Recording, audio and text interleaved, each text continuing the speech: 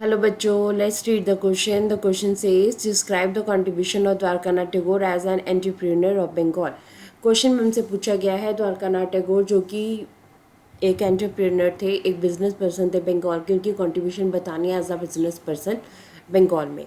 Let's read about the answer. Answer says Dwarkanath Tagore believe that India would develop through the westernisation and industrialisation. देखिए द्वारकानाथ टैगोर का क्या मानना था, India अगर तरक्की कर सकता है, डेवलपमेंट कर सकता है, कैसे करेगा? वेस्टर्नाइजेशन से. हमें वेस्टर्न वेज को अपनाना होएगा और इंडस्ट्रियलाइजेशन जब अपनी इंडस्ट्रीज़ को स्ट्रॉन्ग बनाएंगे तभी हम लोग क्या कर सकते हैं, हम अपने आप को डेवलप कर सकते हैं. So the history of many Indian business person goes back to the trade with China. अब देखिए, अगर हम इंडियन जो है हिस्ट्री की बात करते हैं, इंडियन एंटरप्रेन्योर्स की बात करते हैं, तो हमारे पास चली जाती है चाइना के ट्रेड के साथ बात चली जाती है. कैसे? अब देखिए, चाइना के साथ ट्रेड हमारा क्यों हो रहा था? चाइना के साथ हमारा जो ट्रेड है वो ब्रिटेन की वजह से हो रहा था. अब ब्रिटेन जो है, इसको क्या चाहिए थी उस टाइम के ऊपर? ट्रायंगुलर ट्रेड इसको बोलते हैं कि ट्रिपल जो है वो ट्रेड हो रहा था. ब्रिटेन को चाहिए था टी, ठीक है, और टी कहाँ से उस टाइम के ऊपर ये प्रोवाइड करवा रहा था? ब्रिटेन को चाहिए था टी, और टी कहाँ से आ रही थी? चाइना से आ रही थी. ठीक है. अब चाइना को क्या चाहिए था? चाइना को चाहिए था ओपियम. उस टाइम के ऊपर चाइना जो है वो ओपियम की उसको काफ़ी ज़्यादा डिमांड थी.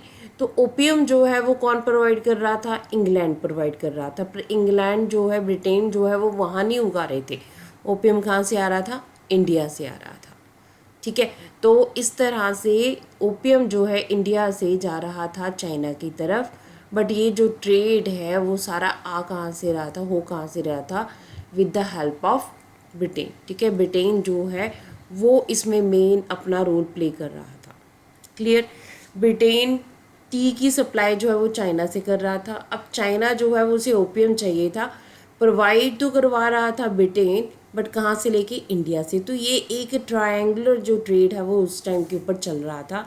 अब इस ट्रेड में जो काफ़ी इंडियंस है उन्होंने अपना जो है किस्मत आजमाई थी. अब देखिए, ब्रिटेन जो ब्रिटिशर्स हैं वो सारा काम तो नहीं करेंगे, मेन काम तो जो है वो इंडियंस को ही करना पड़ेगा.